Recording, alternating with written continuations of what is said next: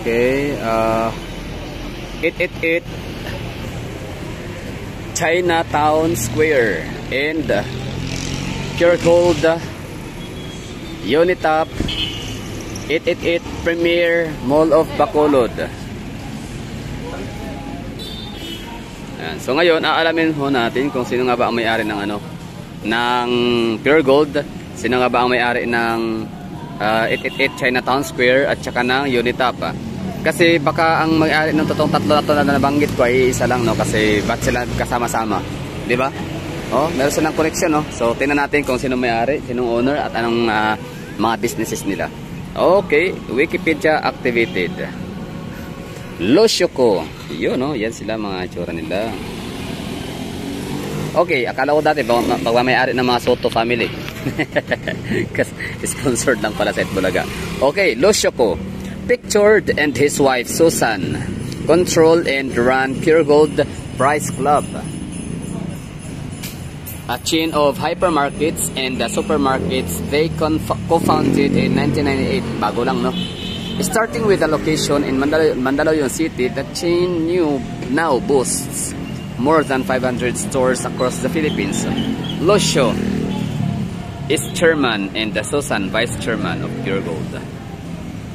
Okay, may tayo nakita.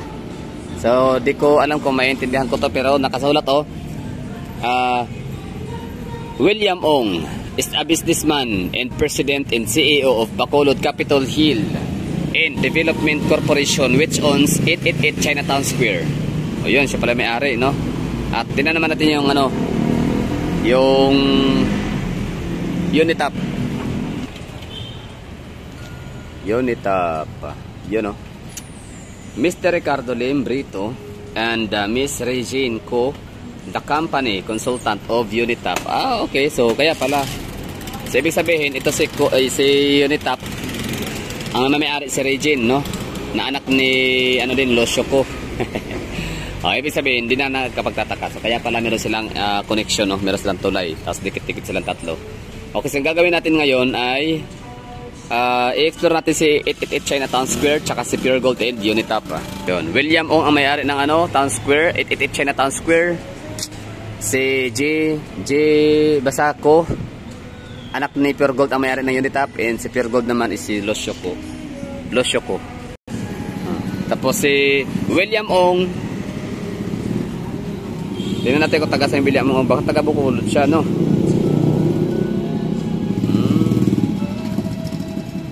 Okay, yun na. So tara, pasokin na natin. Arat na, arat.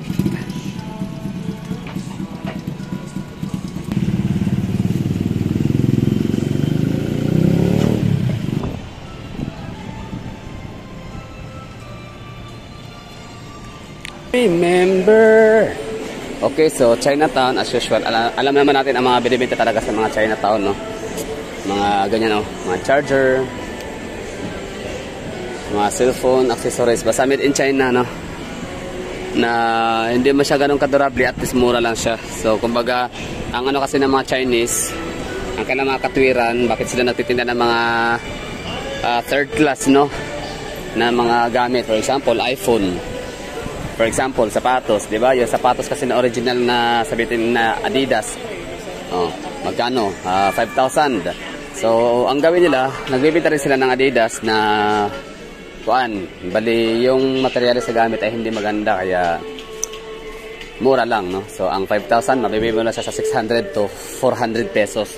So ibig sabihin, meron sila kasi meron silang katwiran or principles na hindi mo na kailangan hindi lahat ay mayaman, hindi lahat ay afford makabili sa halagang 5,000 pesos, kaya gumagawa sila ng mura para ma-enjoy ng lahat. Yan nga lang, madaling masira, pero at least, di ba? Kahit mahirap ka, na-try mo din, no? Na-experience mo, na-enjoy mo na magsuot ng sapatos na Nike ang brand. Ma'am, asan yung daan papuntang kabila? Di ba? Yan eh. So maganda, tama lang yung yung ginawa nila. So ibig sabihin, hindi pwedeng mayaman lang ang makagamit, kailangan lahat. So yun, gumawa rin sila ng pangmahirap. Yun nga lang, ang quality naman ay mababa. Ang mga mall or mga shopping mall, ay hindi lang siya puro cinema, hindi lang siya puro mga supermarkets, mga department store na mga branded na mga gamit, mga branded na mga gamit, no. Kundi ano talaga siya, para ba siyang palengke siya, para siyang commercial building na pwede mong upahan, stall. So business pa rin siya, no. O, binili mo yung lupa, pinayaan mo ng gusali, tapos yun, parintahan. Bawing-bawi din kasi yung pinapagawa mong ano pang matagalan, ganda ng mga shorts, so 220 fixed price. So wala nang ano yan, bargaining yan, no? Fixed price na talaga siya. So ibig sabihin wala tayong magagawa, no? Hindi move on. Yung short ko naman, maninipis lang short ko, you know. Ayaw ko magsa-short ng mga mabibigat, makakapal. Gusto ko presko lagi kasi yung trabaho ko nasa initan, di ba? Yung ginagawa ko bang ano, pagbablog. So gusto ko dalawang short lang, tapos ang polo ko marami, pero yung short ko is dalawa lang. Kaya bali ginagamit ko lang siya wash and wear, tapos madali lang siya matuyo kasi napakanipis niya, tsaka presko talaga and stretchable, napaka komportabling maghilos, maglalakad. O, di ba? Bacolod City para na rin ano, no, Manila.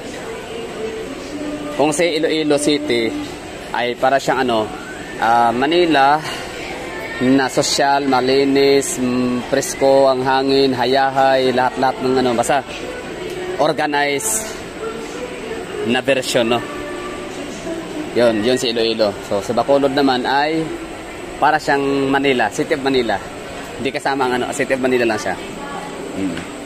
May Chinatown Square, 'di ba? May China, may mga shopping malls, marami. Mas maganda, ayun. Wala rin pa na airport siya ng Bacolod, nasa ano pala siya? Silay City. 'Di ba? Para nasa Divisoria na ako. Mas malinis nga lang 'to, mas ano, mas malapad, mas spacious kumpara sa Divisoria na halos hindi ka na makakadaan, no. Napakaliit ng spasyo. Siyempre, mahal ang ano, bayad siguro sa pwesto, kaya sulitin ng mga tenant, no. Talagang halos pati dito ino-occupied na.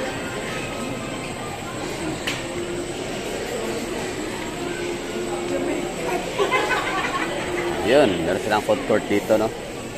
Grabe.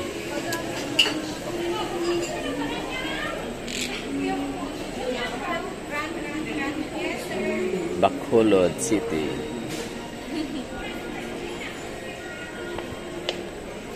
Marami mga sikat na mga celebrity na ang kanilang mga apelyido at pangalan ay kasing pangalan, no, ng mga lugar. For example, Ricky Davao, Charlie Davao,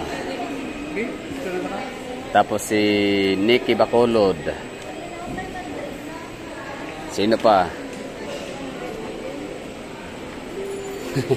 Dalawa lang pala. Nicky Bacolod, Ricky Davao, Charlie Davao.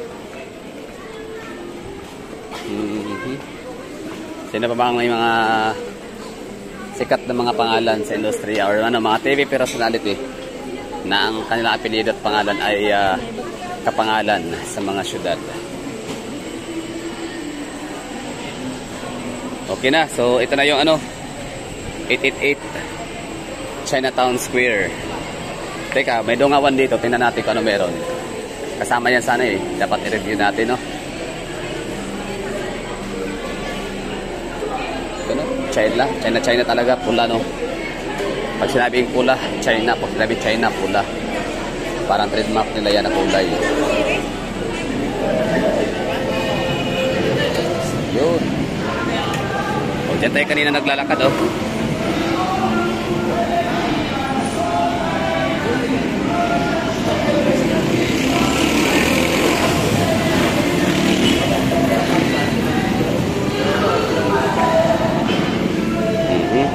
Meron silang ano tong kinakain nila? Ba't ang laki ng ano, bowl? Tanong nga natin.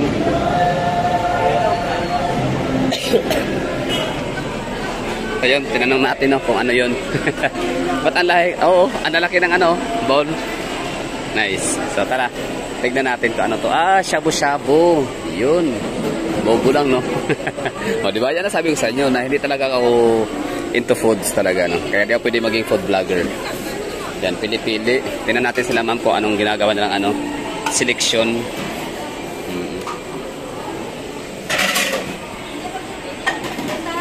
Yan, so.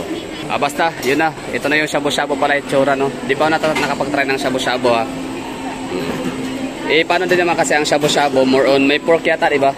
No, may pork, no? Oo, may, lahat na. Pero pwede mo naman siguro hindi i-pick. Ang ginagamit na sabaw, yung stock. Chicken and shrimp, so still, hindi pa rin pwede sa shrimp, no? So, bawal sa atin ang shrimp. Hindi man bawal, pero ayun, iwas sa shrimp, iwas sa mga squids, iwas sa pork. Kaya, shabu-shabu is not a thing for me. Kaya, yun, hanggang nood na lang tayo. Watch and learn na lang. Magkano, boss? Magkano? Okay. Ayun pala yun. Pwede sa ano, kaso nga lang yung ginagamit is ano, shrimp stocks. Sayang. Ano to, ma'am? Chorizo Bilbao. Parang tura-tura. Ito, chicken Shanghai. Pwede isa na lang kukunin. Pwede. Pwede. Kasi minimum 60. 68 pesos. Okay. So, lahat talaga to 68. Ang isang bowl. Wala bang mapapipili ang sabaw? Wala. Yung chicken na sana? Sabaw. Chicken and shrimp mix. Mix talaga? Yes, yes. Sayang. Kutsara mo pa. Wala sayang. Kaya hanggang noon na lang. Ito si Sir, tinan natin si Sir. Anong kukunin ni Sir ng mga ano? Anong mga selection of food? Sige nga. Sabaw. Chicken hotdog. Ayan pala yung shabu-shabu. Kasi pagkakalo ko sa shabu-shabu, yung nakalagay sa sapat na hotpot naman tala tawag doon, no? Shabu-shabu. Yan, sabaw lang kay Sir. Sabaw. Boiled egg, crab sticks, fried tofu, chicken hotdog.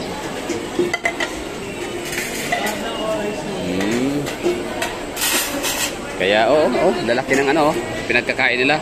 So, ano lang yan, 68 pesos, no? Grabe. Minimum. Minimum 68. Ayun. Ito sila Sir. Tinan natin si Sir, ha. Ang food selection na kinuha ni Sir. Ayan, hard-boiled egg. Crab stick. Ayun. Tignan 2 piraso. Depende. Depende. Isang piraso. Okay. Yun, 2 lobster. Sausage bowl. Hindi ko si Sir ng ano, ng chicken hotdog, no? So, sanay na si Sir, sawa na sa chicken hotdog. Red prawn.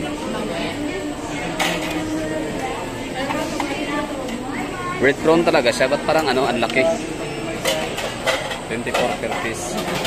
Yan, kumuha pa si Sir ng ano, mais. Parang hindi mahilig si Sir ng gulay. Si Ma'am mahilig sa gulay, oh. Talagang pang malakasang ano yun, repolyo. Ayun. Ayun, yun palang gusto ni Sir na gulay. Carrot. Ayun. Chinese pichay. Tama ba?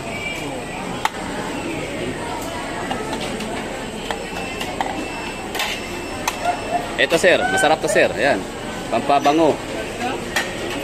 Sili. Ayaw mo.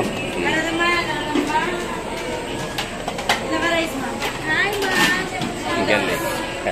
So yun na, no? Tapos lalagyan niya ng sabaw. Sana all. Pero siguro pwede ko itong ano, no? Bilhin na lang siguro. Tapos ayaw ko lang siya lagyan ng ano. Ayaw ko lang siya lagyan ng sabaw. Itatanong natin kay Ma'am, pwede. Ma'am, pwede bang ano? Since bawal kasi sa akin ang mga hipon. Di ba yung sabaw is hipon? Yes, sir. What if kung magdalaw ng sariling sabaw? Pwede? Magdalaw ng sariling sabaw. Magdala na ba rin? Oo. Depende mo, sir. Depende. Pero kaya nga, munti nga may sir. Ang sabaw namon, sir. Wala, ingit lang din ito. Ha? Chicken and shrimp mix. Mekos. Mami, noodles ko na siya, ma'am. Talagang binibidang ano. Nice. So, magandang ano to, business idea. Magaya nga. Magaya talaga. Ay, ba, naduwal naman, ma'am. Sir, try mo na, sir. Tingnan na, may tibras ang amo. Kaya nga tsura pa lang talaga, ulalam na. Yes, so sa bago din na lang. Sama. Kaso talaga bawal sana sabaw. Under cashier.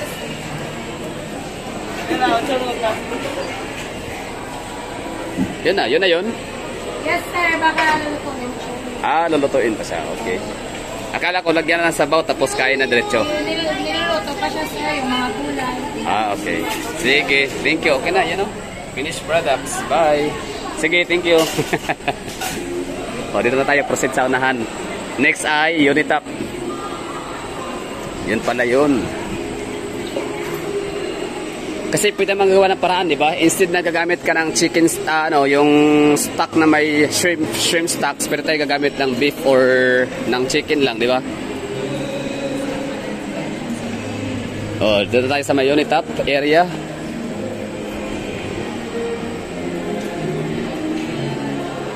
Ay, ang Unitap, alam natin yan kung ano meron dyan.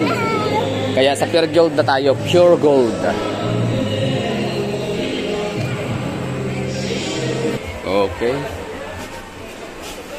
50% off. Ano yan? Hammerhead. Event Center. Yan, yuga-yuga sila ma'am. Good yan, para lumakas ang matuhod. May mas baba pa dito? Basement. Ito na, Pure Gold, no? Okay. Supermarket na talaga siya. So, ibig sabihin pala, itong nakikita natin, hindi pala talaga siya Pure Gold as a whole, no? So, Pure Gold, Unitap, and 888 Chinatown Square. Diba? So, tapos na tayo i-review. Ang gagawin natin is lalabas na at pupunta tayo sa May Ayala. Mukhang malapit na lang. Lalakarin na lang natin siguro mahagala. Ano sa tingin nyo, no? So, maraming salamat sa panonood. Sana ay nagustuhan ho ninyo. Dahil nagustuhan ko rin talaga to. Ganun lang naman ang buhay, di ba? Huwag mo nang antayin na gustuhin ka ng iba. Gustuhin mo na yung sarili mo. Yun na yun. Ang tawag doon ay self-love. Di ba? Hindi na kailangan ng approval ng iba, pero mas maganda pa rin naman ang yung ma-appreciate din talaga nila, no? So, effort din mag-buy time. Yun nga lang talaga. You cannot please everybody. Pag hindi magustuhan yung ginagawa natin, as long as hindi tayo nakakasakit o hindi tayo nakakaapak ng ibang tao, happy pa rin tayo. Darling, just dive right in and follow my lead. We were just kissing and feeling love. Okay, that's all. Ito na yung exit.